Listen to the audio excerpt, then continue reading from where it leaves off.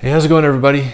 And today in What's Going On in Tesla, we're going to talk about everything from the Model Y dethroning the Model 3 as the #1 selling vehicle, 70% EV market share that Tesla holds worldwide. Tesla sold out all the vehicles that they produce. In fact, they can't produce them fast enough for how much people are buying them. And then on top of that, a October expected delivery date for any new Tesla that you buy, Model 3, Model Y predominantly, and being new. Yet another price increase for Tesla. And to top it off, the launch of their full self-driving subscription. We have all of this stuff to talk about today, so sit tight, relax. You guys are watching The Tall Tesla Guy.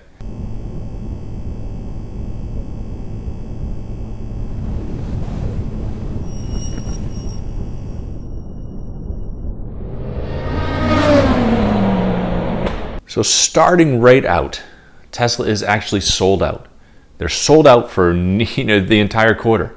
And we just got into this quarter. They're sold out for the entire quarter. In fact, if you order a Model 3, Model Y right now, your expected delivery isn't until October. Now, that doesn't sound too crazy considering when I purchased our Model Y, we purchased it at the end of July and we didn't get it until September. So that's not too far off, especially with chip shortages and overwhelming demand, a potential for an EV credit of up to $10,000 on the horizon, stuff like that. With all that in play, it doesn't seem too crazy that Tesla would have a October delivery date. However, the fact that as soon as they get into the quarter, the very beginning of the quarter, they sell out for all the vehicles that they have planned to produce for that particular period. Now, that's good news for Tesla, of course. It's bad news if you want your car fast, especially if you want a new car fast. However, it kind of was foreshadowed at the end of last year when they had overwhelming delivery, 500,000 vehicles sold and delivered, coming at the end on the heels of 2020 anyway, with everything that happened last year. Coming into 2021, they were expecting 1 million vehicles to be delivered throughout the year, and they are quickly approaching that target, especially with these oversold quarters that they keep jumping into.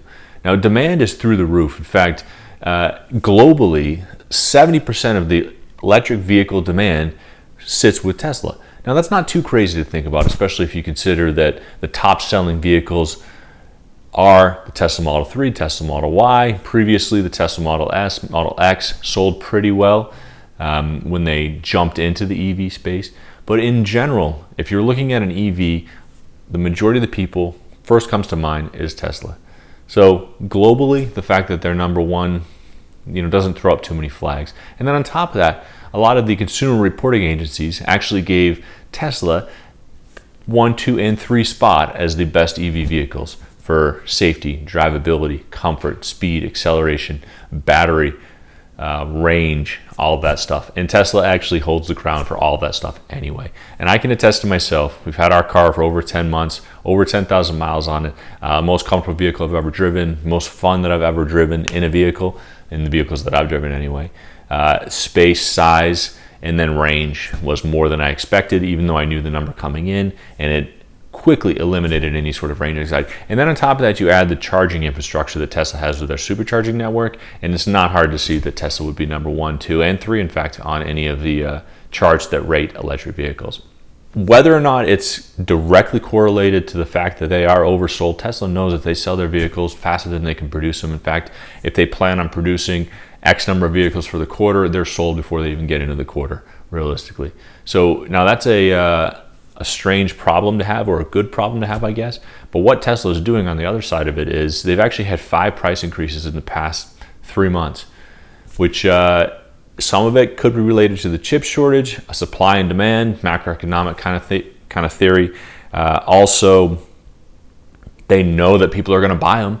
But then on top of that, they're coming on the heels of that EV credit. The EV credit is potentially up to $10,000 now.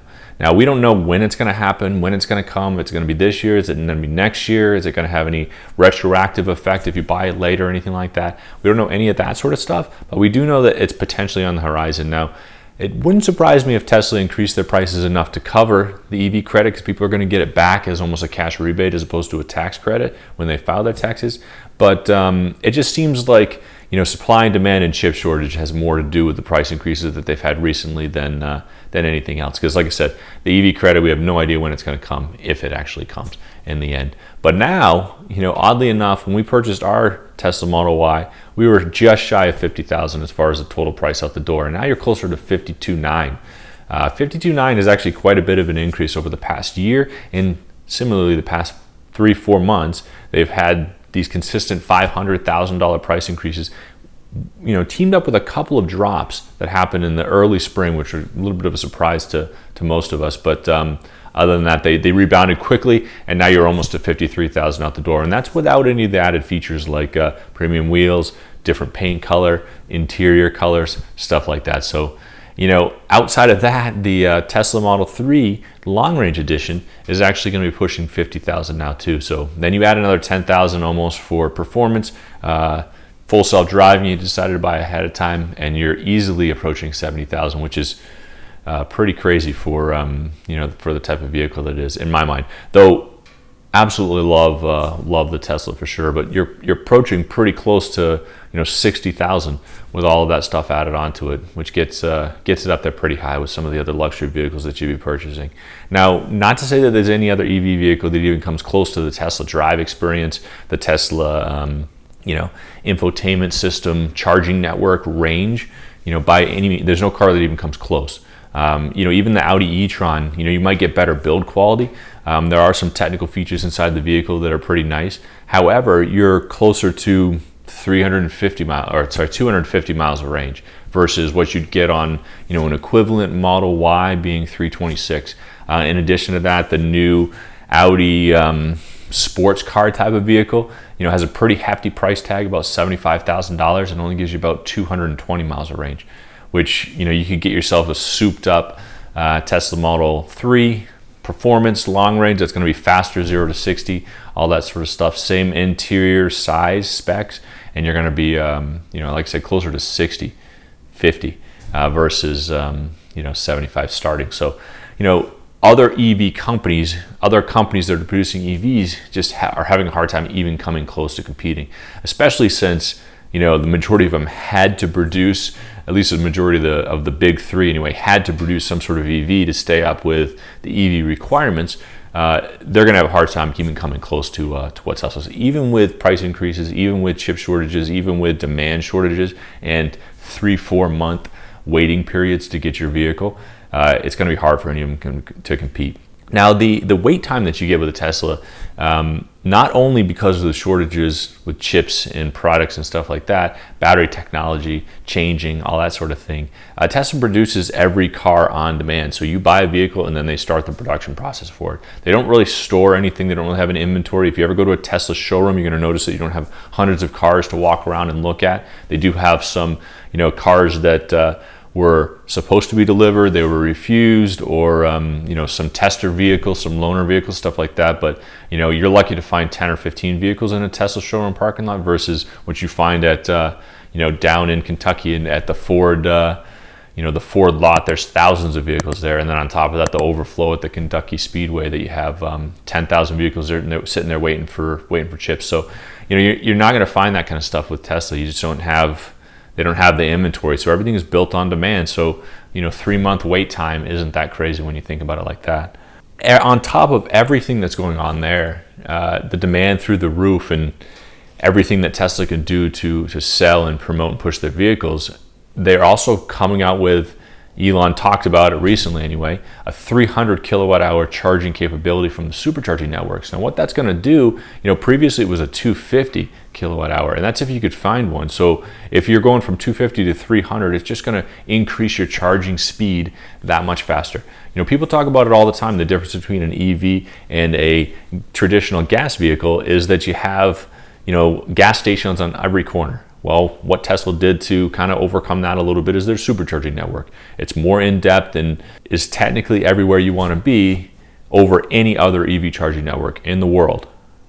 So, Tesla did step out front with that kind of solution to it. However, people talk outside of that I can go to the gas station and fill up in 5 minutes and I'm out of there. That's assuming I don't have to go in for the bathroom or buy some snacks or anything like that. Well, Tesla just doesn't have that. In fact, EVs just don't have that.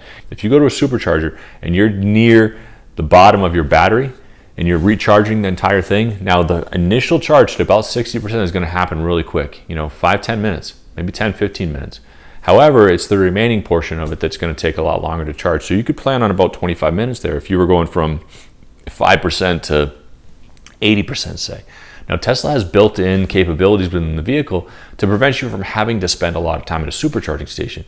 Instead, they put a lot of stops on your route. Now, if you route yourself through the navigation in the car, it'll actually channel you through the supercharging network so that you spend 5 minutes at this one, 15 minutes at that one, 10 minutes at this one, and it knows the speed of the superchargers that you're going to go to, so it'll plan your route according to that.